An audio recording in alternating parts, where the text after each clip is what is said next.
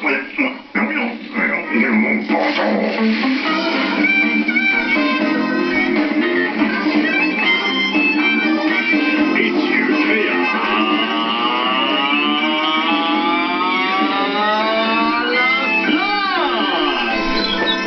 Édition du 6 novembre 2005. Et voici votre animateur. Oui, comment tu dis ça, Jean-Jacques? Faut pas dessiner sur le frigidaire des crayons, tu sais, ben oui, mais il y a quoi? Il a rentré ses doigts dans la prise de courant. Ben oui, il a fait fumer une grenouille. Puis elle a explosé. Pourtant, ça, en fait, dans la sécheuse, ouais, c'est... Vous y avez ta robe de 500 piastres. Ben oui, mais mon mignon, mais écoute, mon bébé. Non, mon amour, j'ai pas le temps de parler, on est en ongle. Oui, je rapporte des essuie-tout et des aspirines. Fait que c'est ça. Lâche pas, puis bonne chance.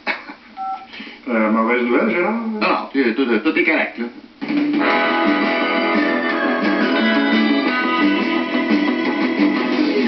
Scène mondiale. Le Nicaragua, cette semaine, a été éprouvé par le passage de l'ouragan Beta. Mange pas ça, Beta. Ben non. Ils ont déjà essayé. Ah oui, VHS, là, puis là, tout le monde est rendu en DVD. Bon, on va oublier ça. Scène nationale. La grosse nouvelle, bien sûr, c'est la publication du rapport Gomery. Comme on s'y attendait, de nombreuses personnalités sont blâmées. De Galliano à Pelletier en passant, par Chrétien lui-même. Mais le premier ministre Paul Martin est, quant à lui, exonéré. Le juge Gomery conclut en effet que M. Martin n'était vraisemblablement pas au courant de ce qui se passait. Le premier ministre dit plutôt satisfait des conclusions du rapport. Il a aussi ordonné au Parti libéral de rembourser 1,1 million de dollars à l'État. Ben, c'est le fun. Il manque juste 248,9 millions, puis on est even. C'est le grand jour. Et oui, dans environ 20 minutes, les bureaux de scrutin vont fermer leurs portes. Alors ceux qui ne sont pas encore allés voter, il est encore temps de... Mais voyons, Bonton, Roger, Henri, Paulo, gang de zouf. Ben oui, mais notre devoir de citoyen, Gérard. Innocent.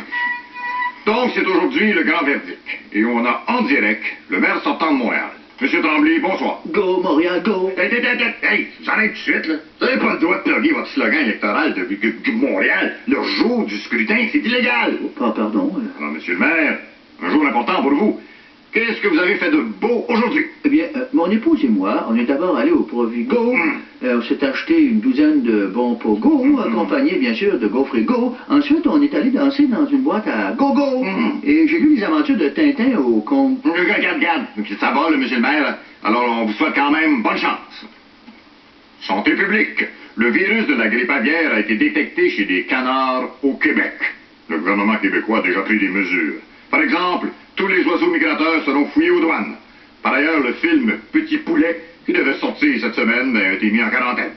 Enfin, à l'intention des citoyens québécois et pour éviter une pandémie, voici quelques conseils de prudence élémentaires. 1. Faites bouillir vos perruches et autres oiseaux domestiques au moins 5 minutes. 2. Si vous avez visité une ferme dans les 14 derniers jours, lavez-vous. 3. Ne pas frencher une mouette le premier soir. 4. Évitez de serrer la main à un Denis Drolet. Et 5.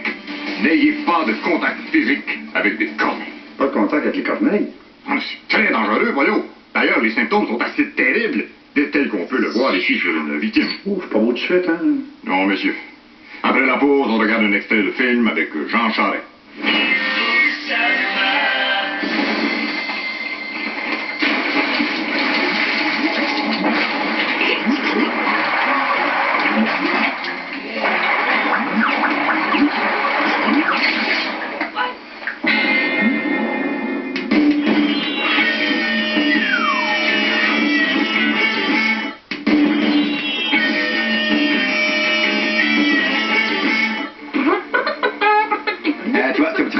Le film a commencé, là. Oh, c'est un film épeurant, hein? Oui, c'est avec Jean Charest. Oh, ça, c'est épeurant, ça!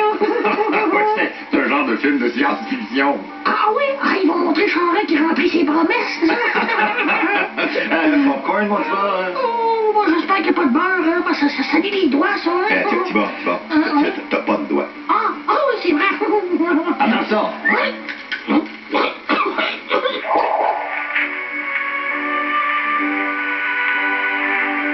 Jean Charest était un premier ministre ordinaire, très ordinaire. jusqu'à ce qu'il soit frappé par un mal mystérieux. Monsieur Charret, vous êtes atteint de sondagite. Votre taille suit votre cote de popularité. Monsieur Charret, vous êtes... L'homme qui rapetisse. La vie de Jean Charest prend une tournure dramatique. Maudit, je suis pas capable d'ouvrir la porte. Ok, quelqu'un va m'aider. Ok, trop loin. Sa relation de couple se détériore. Michou, me laisse pas, je saurais te satisfaire quand même, Michou. Non, Michou. L'homme qui rapetisse, c'est le combat d'un homme face à l'adversité. Faut que j'avertisse mon cabinet. Hey, c'est tout le Parti libéral qui est en péril, là. Jean-Marc Fournier, stop! Ah! Une chance que c'était pas Couillard, hein? L'homme qui rapetisse, la poursuite inlassable d'une solution. Ma mère me disait toujours, Jean, si tu prends un bon déjeuner, tu vas grandir. C'est bon, mais... Le mouche dans les céréales. Non, c'est moi, Jean Charest. Oh, aidez-moi. Non! Partout, à tout moment, le danger guette.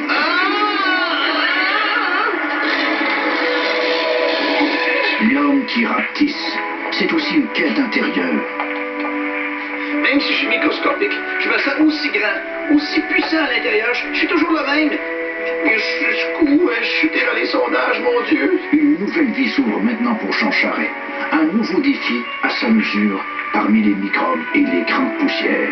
Acarien, acarienne, je suis prêt. L'homme qui rapetisse, bientôt sur moyen, tout petit écran près de chez vous.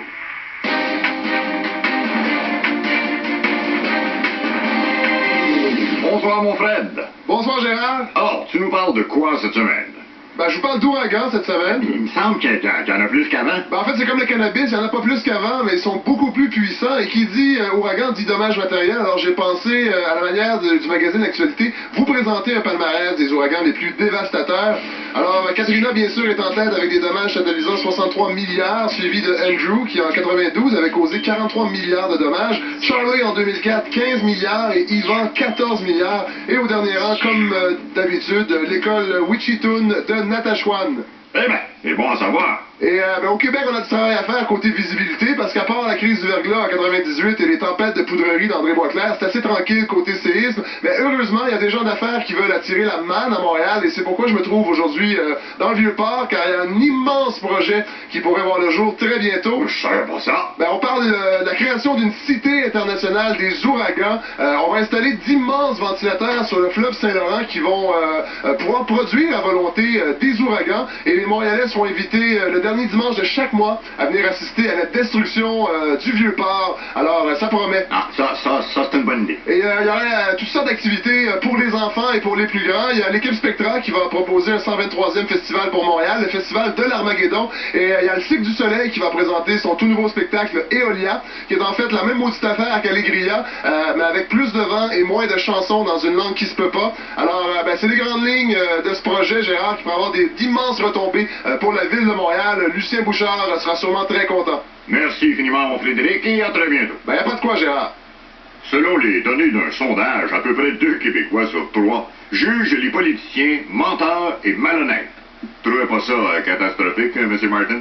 Tout à fait que oui. Mais ça, M. Lafrasque, là, ce n'est que mauvaise perception du public. C'est des préjugés qui continuent tout le temps. Et comme celui qui veut qu'on parle mal le français. Puis, mais voyons donc. Mais, M. Martin, vous devez quand même pas vous sentir personnellement visé quand on parle de malhonnêteté. Vous n'avez pas grand-chose à vous reprocher. Pas parce que j'ai... Bon, c'est vrai qu'à part des pacodiers comme les commandites et les paradis fiscaux pour vos bateaux, là, ça c'est plutôt un bon dossier. Mais quand même, si vous le voulez bien, j'aimerais qu'on se livre à une expérience à caractère scientifique ensemble. Ah, c'est très bien. Bon, alors, pour tester votre honnêteté, là, je dépose ici un portefeuille qui contient 1000 beaux dollars. Là, on va éteindre les lumières pendant 5 secondes, puis vous devez résister à la tentation. Ça va? C'est beaucoup trop facile, c'est bébé fafa. Bon, alors attention, Polo, on éteint. 5, 4, 3, 2, on allume. Bon, qui sont vite.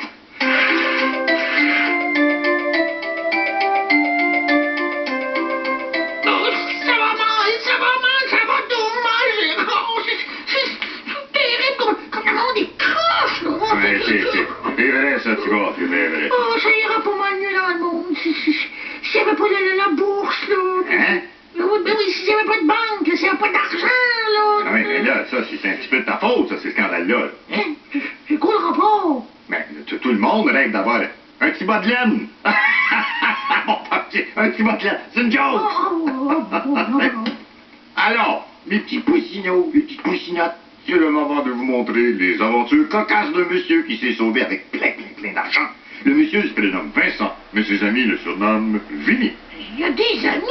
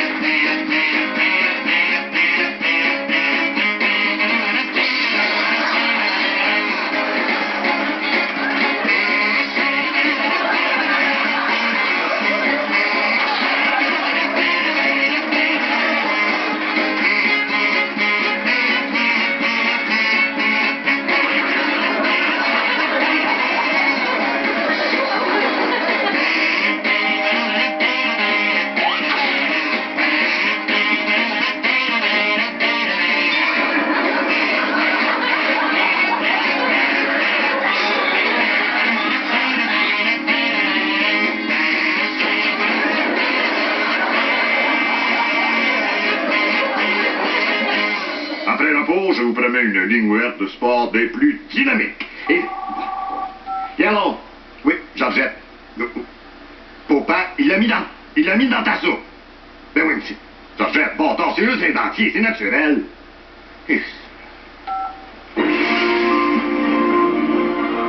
Restant de beaux dimanches. Les gars, retournez-vous pas. Faites semblant de rien, mais il y a une girafe qui veut manger votre soupe.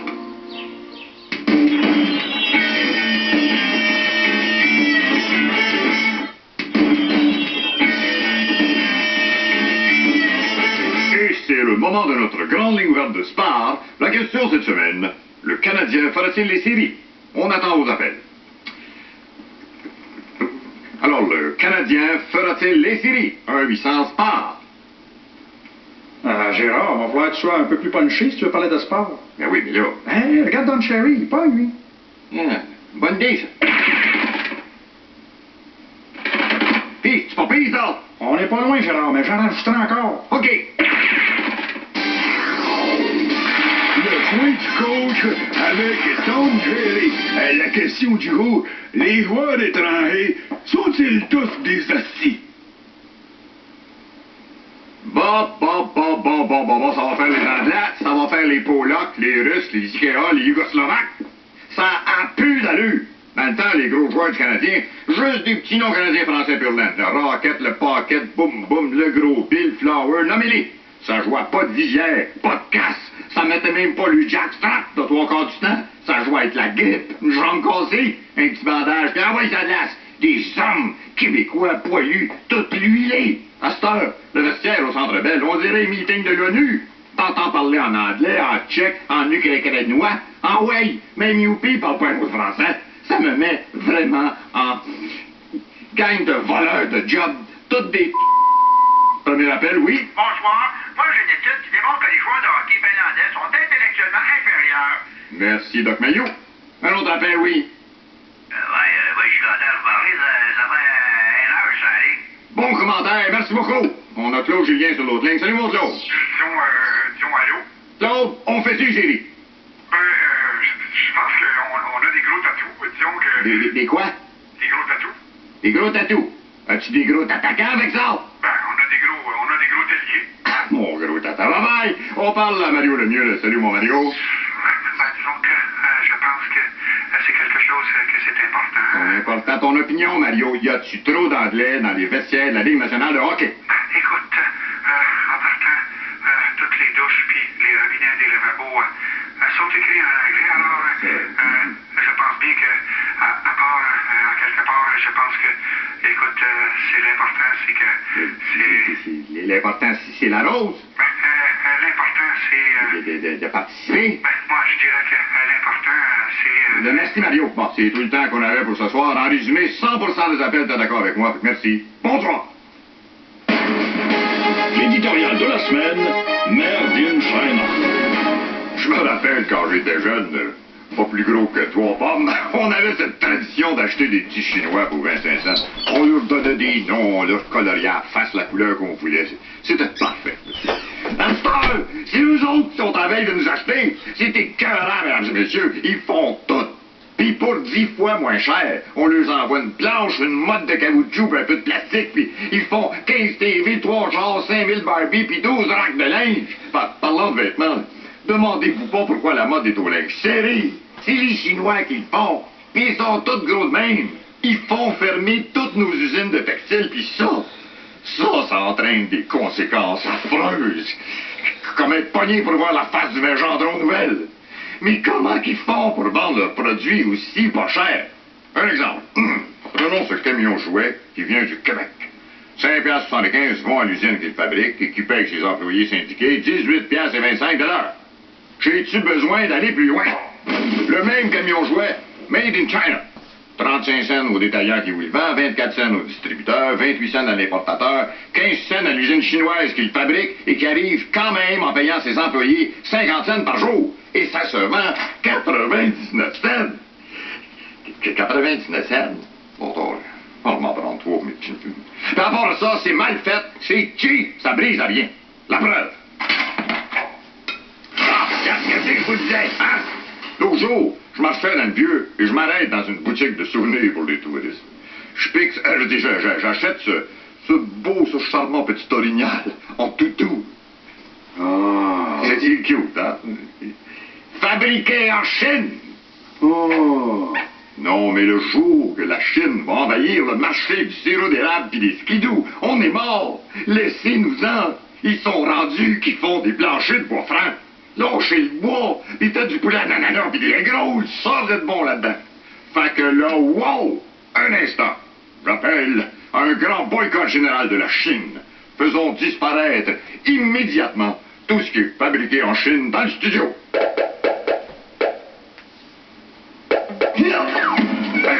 Pardon! C'est tout pour aujourd'hui. Restez là jusqu'à la semaine prochaine.